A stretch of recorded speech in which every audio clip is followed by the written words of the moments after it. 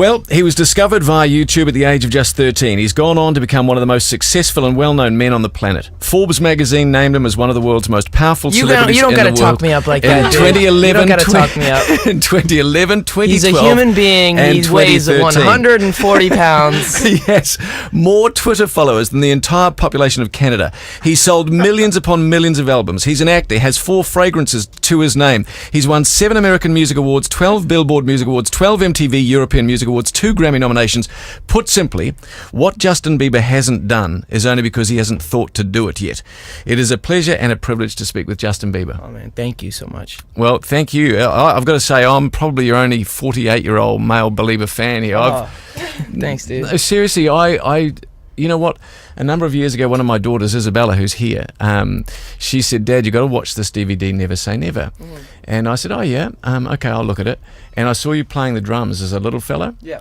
And I was like, wow. And then I heard you sing, and then and I became a massive fan because obviously the world knew you, but I just thought you really are the real deal. You Thank can you. actually do it all. Thank you. So it's genuinely a privilege for me to meet with you. I want to ask you. I had to sit down because you were getting all serious. I was No, like, I don't want to be rude. no, You know? and you're. Well, I'll come back to that. But let me just ask you this: is this whole thing, like when we came up here to do the interview, and I see all the buzz and this craziness, really, is it what you thought it would be? This fame and this acclaim? I never expected anything when I started. You know, I didn't have any expectations. Didn't know what this life was about. I was from a really small town in Canada, so it all happened really quickly, and there was no way for me to really adjust and know how to deal with it. So I handled some of the things in like a just not knowing how to handle it, and just finding myself. In this past couple of years, I've really honed into just something really special, and the music that I'm making is really special, and the people that I'm working with are awesome. So I've just I didn't know how to handle it, but I'm figuring it out now. It's getting better. You're amazing at it, and I'm not Thank being you. a sycophant. I genuinely think for somebody like you to have had that level of fame and to be so normal. Before the interview started, several people out there said, "Oh, he's so cool, he's so relaxed, you can ask him anything, he'll have a laugh." And I've interviewed heaps of people, and it hasn't always been like that. You know, when you get a measure of fame, it does crazy things to you. And it did. No, it did. I went to a phase where I was just like, people were taking advantage of me. People were like, I was losing trust in people. So I completely shut off, you know, and I was just like, I was in my own world and only cared about myself. And, you know, that only leads to unhappiness. And I felt I always knew the guy that I was, and always like, I was always this guy to be personable and be charismatic and have fun. But I felt like that was taken away from me. So now I just want to just be the best I can be, and sacrifice some of the things that I want for myself for what people want, because it's not all about you. And once people can understand that, and I think the world will be a way better place. Do you wake up? You know, I mean, this is the weird thing. It's even unusual for me to chat with you because of the level of fame that you've achieved. But you're still a human being. You're still just a normal guy. Do you wake up in the middle of the night, and are you scared at times? Were you scared when you started to get a bit wobbly and you know, by your own admission, things? I was never really scared. I always knew, like, I know my talent level, and I know how much drive I have. And I knew that during that time, it was just a space for me to just figure some stuff out. And I never, even when things were going downhill, I never was like, you know, this is it. I always, in the back of my head, I knew that I have so much more to give. And it was up to me when I wanted to take those steps to be the man that I wanted to be. And it just took some time. It took some surrounding myself with some pretty cool people, and brought me to the place where I'm at now, and I'm pretty happy. You've got an amazing mum. I do, yeah, she's awesome. What I mean, again, surreal to have, you know, at 15, 16, the accolades you were getting, the attention you were getting, the kind of some of the negative attention you were getting. How would you describe your mum? I would describe her as like the strongest woman that I know. Especially having to hear those things about your son. It must be hard. She raised me on her own, which is hard. And she moved away from everything she ever knew to come and help me pursue what I love, which just shows her character. And I love her so much. I miss her. That's so lovely. Yeah. Must have been hard for her, I mean, to tell you off at 16, 17, you know, Yeah. like you're Justin Bieber, but to her, you're just a little boy. Yeah. So it got a little tough, especially because, you know, you're a teenager, and just being a teenager, you don't want anything to do with your parents, right? But I was a teenager with millions of dollars in my bank account, so I just was like, you know, I kind of pushed her away and pushed away people in my family, and it was just because I don't know, everything was so much, I didn't really know how to handle it. So well, she must be enormously proud of you, really, seriously, Yeah. the way you've turned out. You mentioned the money thing, and I'm not going to dwell on that, but it's pretty rare, you know, you're worth several $100 million. What would you say is the best part of having money? just the freedom, a part of it, and knowing I don't have to worry and stress about you know, finances. That's a big stress in an everyday person's life. Like, everyone stresses about money, and it's amazing to be able to not have to worry about that. But at the same time, I have to worry about a lot of things that normal people don't have to worry about. So it's like that counterbalance. Like, I don't have any freedom, I don't have any privacy, and a lot of people I know would say, oh, I would way rather have my privacy than have money, you know. And it's like, Actually, I was going to ask you that, Justin. If you could have a do-over and do your life again, would you go down the same path? I mean, or would you prefer actually to be anonymous and not have this? you know what, I think I don't know, man.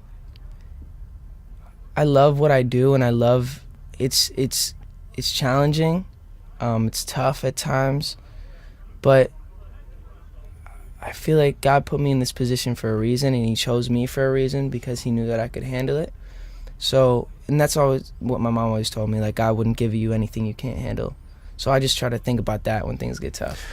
I love that, and you know, I'm a Christian, and sometimes in this place of work, you know, I do broadcasting, radio and TV and stuff, you know, and so you say you're a Christian. In New Zealand's a particularly secular country as well, and people bag you, you know, they're sort of like, oh, you know, he's a God bother, he's a Bible bash, or whatever it is, or you do some.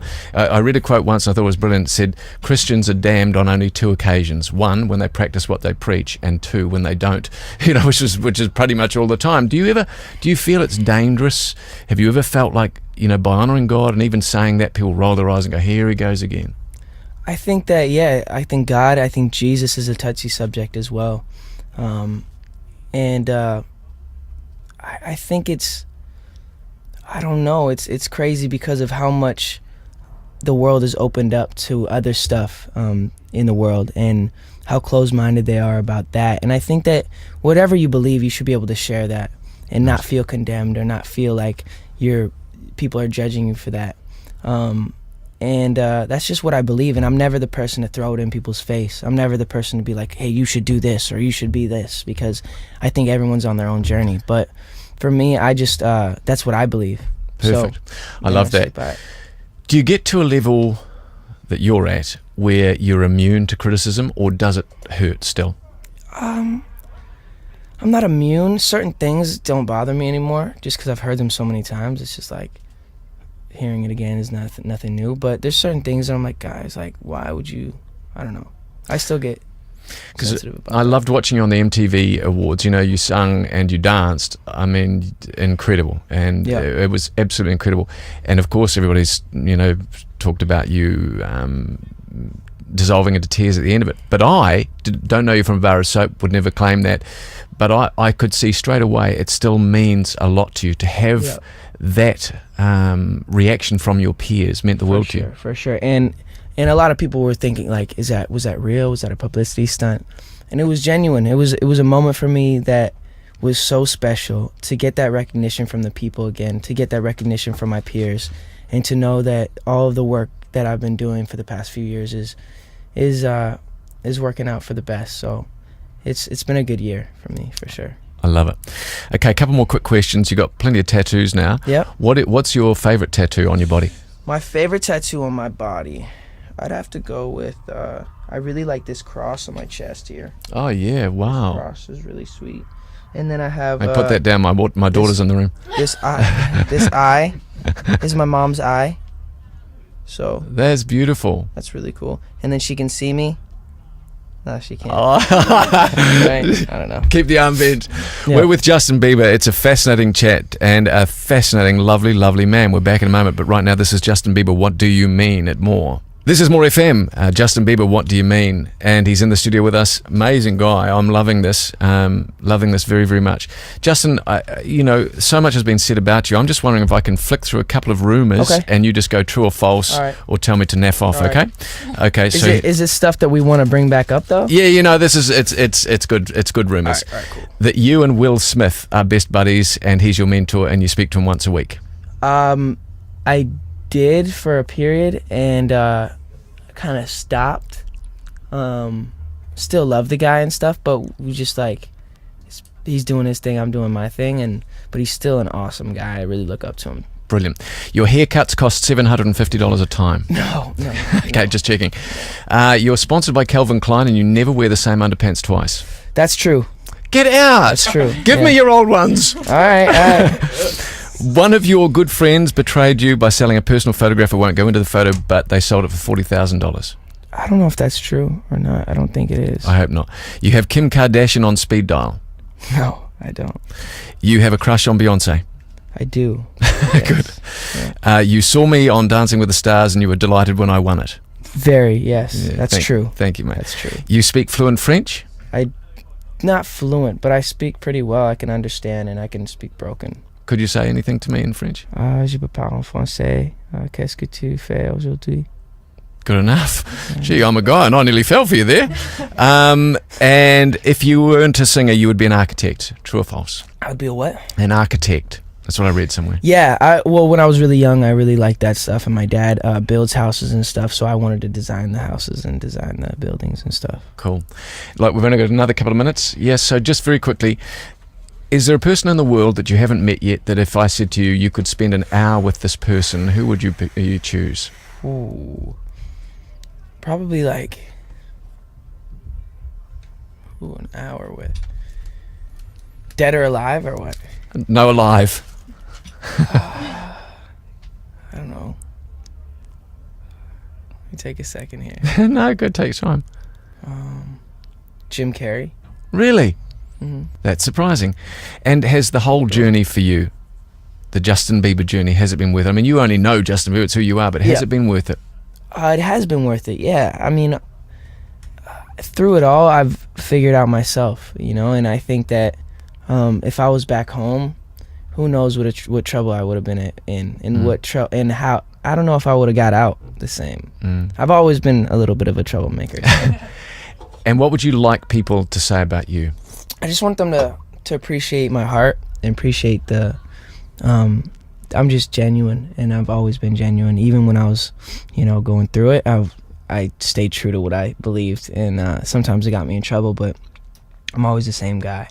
You'll always see me the same guy, and I'm never going to change, so.